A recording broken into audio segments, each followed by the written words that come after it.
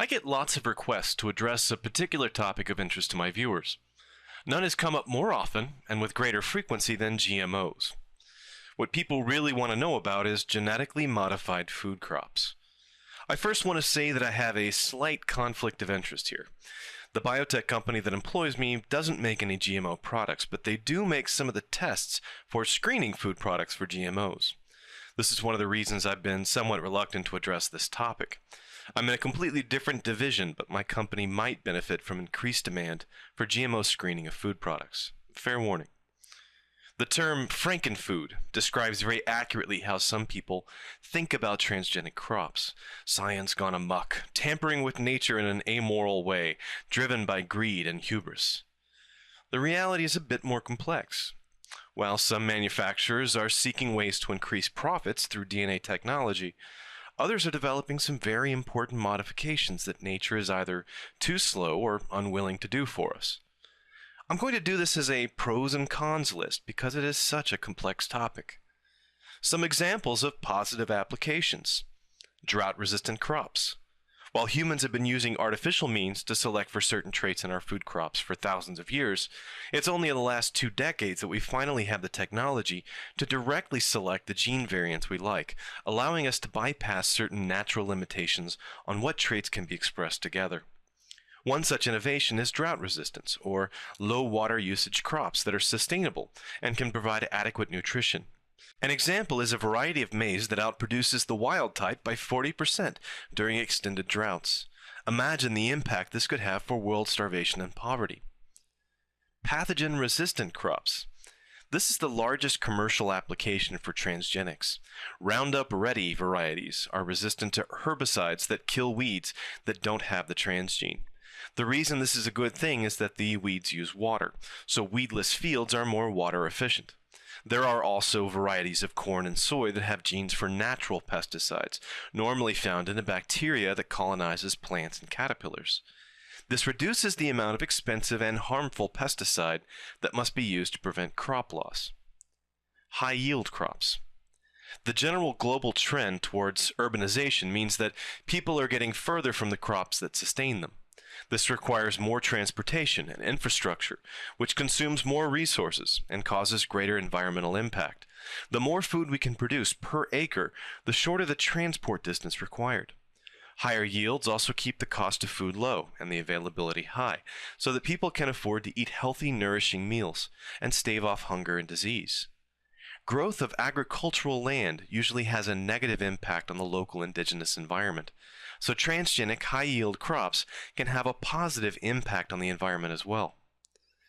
Edible vaccines. If I made a Venn diagram of anti-vaccine and anti-GMO activists, I suspect there's not going to be a lot of non-overlap, so they're going to love this application. Progress is being made on introducing vaccines into plants, especially fruits, although potatoes are also very useful. The idea is that they would be an incredibly cheap, easy to transport, and easy to administer way of vaccinating populations in remote areas or areas affected by poverty and infrastructure problems. Green production.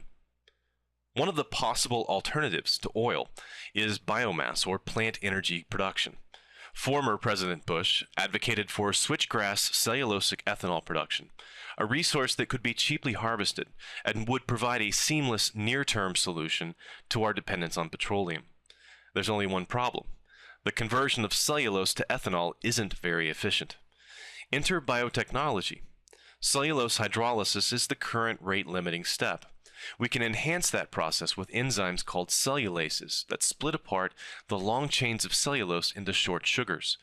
Introducing that enhanced cellulose pathway into a bacteria may result in bioreactors that eat lawn clippings and generate biofuels. So that's the potential upside of GMOs. What about the objections to genetic engineering of food crops? I'll break it down and rank the various objections by the amount of logical value I see in them, lowest to highest. Moral or religious objections. We're playing God! The reason I rank this the lowest is that we've been playing God for over 1,000 years. Other animals have too.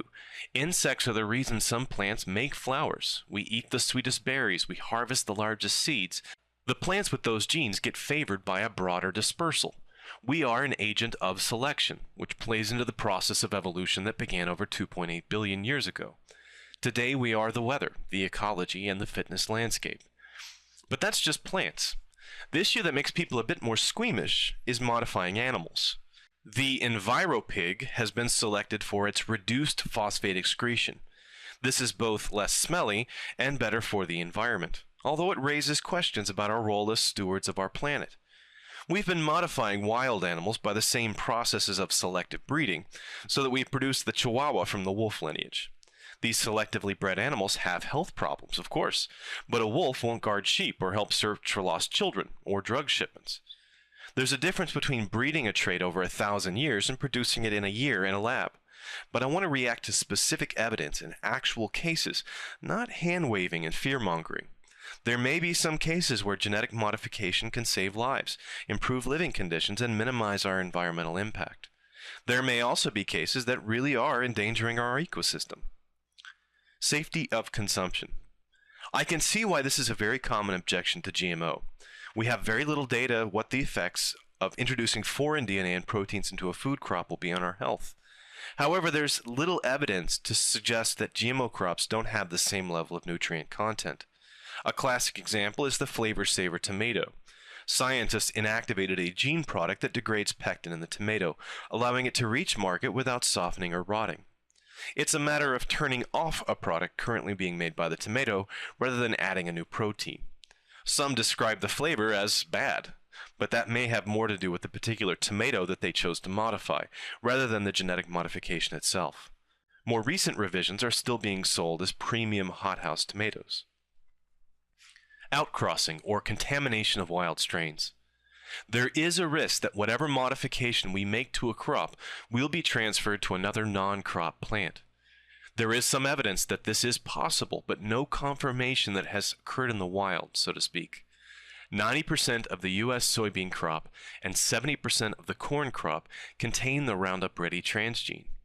We've seen the evolution of resistance in weeds, but it's not a match with the introduced transgene sequence. So it appears that overuse of Roundup, and not the GMO itself, is the bigger threat. I think you can make a reasonable case that this is an indirect cause, because farmers can be indiscriminate in their spraying. Environmental consequences. A possible consequence of high-yield GMO varieties is the same as a non-GMO high-yield variety, and that is soil depletion.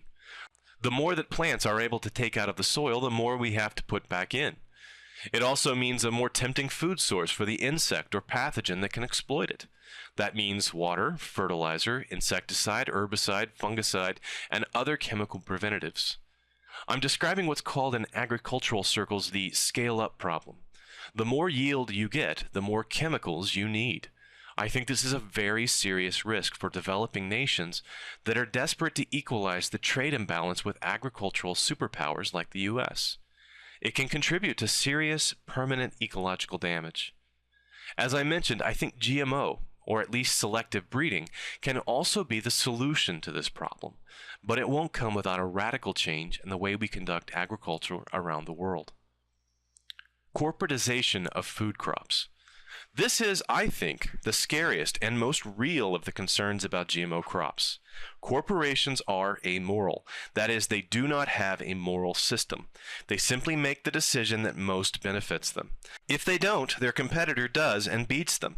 So we shouldn't look to corporations to be self-regulating in a vacuum. We need either an informed moral consumer or an informed moral regulatory agency to intervene, to set limits. That's why I think criticism of crop tech giant Monsanto is a little out of place. Of course, they will do terrible things if it's very profitable for them. But when they're allowed to do these things, I view it as a regulatory failure, not a failure of the technology or the company. Protesting Monsanto, while it's going to make you feel good, probably won't do much to their policies. I think it's better to focus on smarter regulations and consumer education, and ultimately we need to reform the campaign finance system.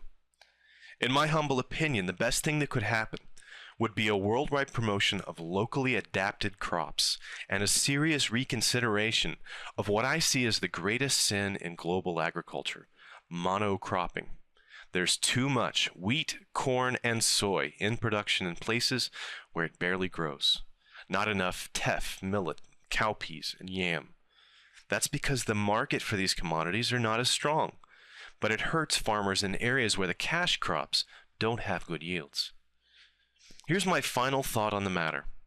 I worry that rich white people in the first world tend to focus on the possible effects GMOs will have on them at the cost of death, disease, and poverty in other parts of the world. There's a certain smugness about going to the farmer's market and buying organic, locally grown hobby garden products. It's right to be concerned about possible allergy or fertility or toxic effects in humans or the population of the monarch butterfly, but contrast that with the 16,000 children who die every day of starvation, the 1 billion people who go to bed hungry every day. I don't have all the answers on this issue, but I know whatever solution we follow, it needs to give consideration to butterflies, rich white people, but also the suffering and starvation in the world. We need to find the best and most ethical path, and the only way to do that is from a rational human perspective.